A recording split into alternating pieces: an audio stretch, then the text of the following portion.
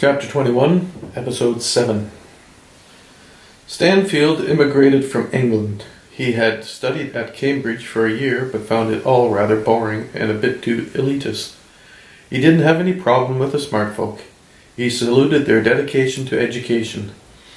He knew the benefits of the well-educated. They made the big events.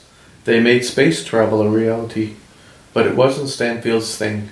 He enjoyed being chilled. It was through an accident that he became the driver for Prescott. He had come to New York for a visit and fell in love with the city. There had been a third cousin who owned a cab and was bidding for a second one when Stanfield introduced himself. "Hi, I'm your cousin from England. An Englishman in New York. Looking for a cup of tea. We can make you a cup of tea." The two of them headed off. Stanfield decided he wanted to stay in New York and be a cab driver. It would have been impossible for a foreigner usually, but there was technology. An amazing thing. A computer, onboard computer, knew where the cab was. With the wished-upon address typed in, a quick analysis of the traffic situation was worked into account and the best possible route was suggested. The cabs could just about drive themselves. They soon would. Stanfield, being a clever lad, knew most of what any good cab driver should know and used the onboard computer more for the entertainment or ease of his customers. His customers enjoyed his service because he was so very British. He had been driving 2 years when he ran into Mr. Prescott. Mr. Prescott's driver had lost his way and, seeing that he would be late, made a U-turn in front of Stanfield. Stanfield managed to hit the brakes but couldn't manage avoiding hitting the car. Prescott's car bounced over the curb and took out a fire hydrant. Prescott's driver sprang out of the car, cursing up a storm. Stanfield stepped out of his cab and stood calmly listening to the abuse. When Prescott got out of the car, he was on his phone informing his office that he might be a few minutes late. "My insurance will cover the damage." "There doesn't seem to be any damage to the cab, sir." "That's good news. I have an important meeting to get to. Are you free?" Stanfield opened the door for Prescott and drove him to his meeting. Prescott phoned the police to explain that he had an important meeting with the police and had to leave the accident. Assured them his driver was responsible. He was enough above the law to be able to orchestrate such deals. Prescott was impressed that Stanfield drove very comfortably and efficiently.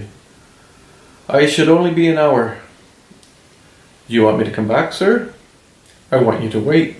If anyone asks you to move your car, tell them you are Prescott's driver." "Okay, Mr. Prescott, I will be here."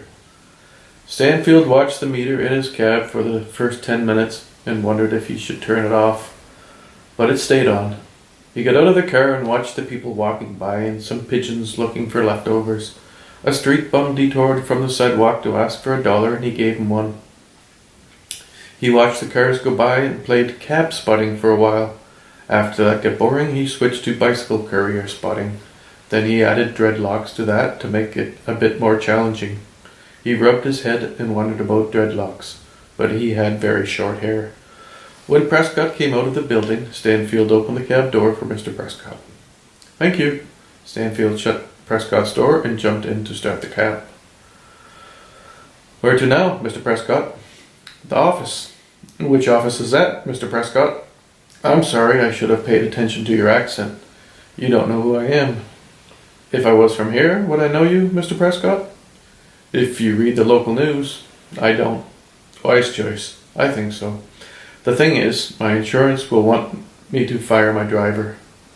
"You will need a new driver when that happens." "If you are interested, I will pay you well." Prescott handed Stanfield his card. "You can take a couple days to think about it." "Don't need to, Mr. Prescott." That was several years ago. Prescott was practically part of the family now. He lived in the same building in a much smaller apartment on the second floor. He was overpaid and underworked. He was a very good driver and he brought in the cleaning crew on Tuesdays.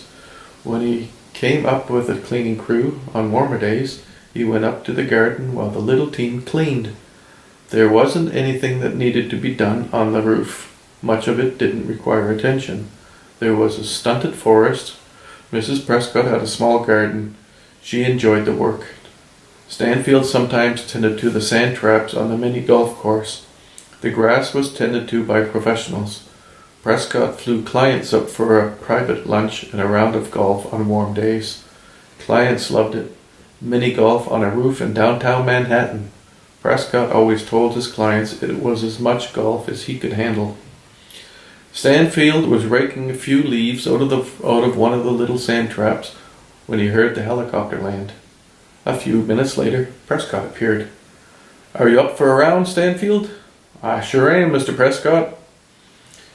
Prescott and Stanfield didn't play often. No one did. But on a beautiful day, it was pleasant to putt about through the little course. They didn't bother with keeping score. It was a little walk on the top of the city.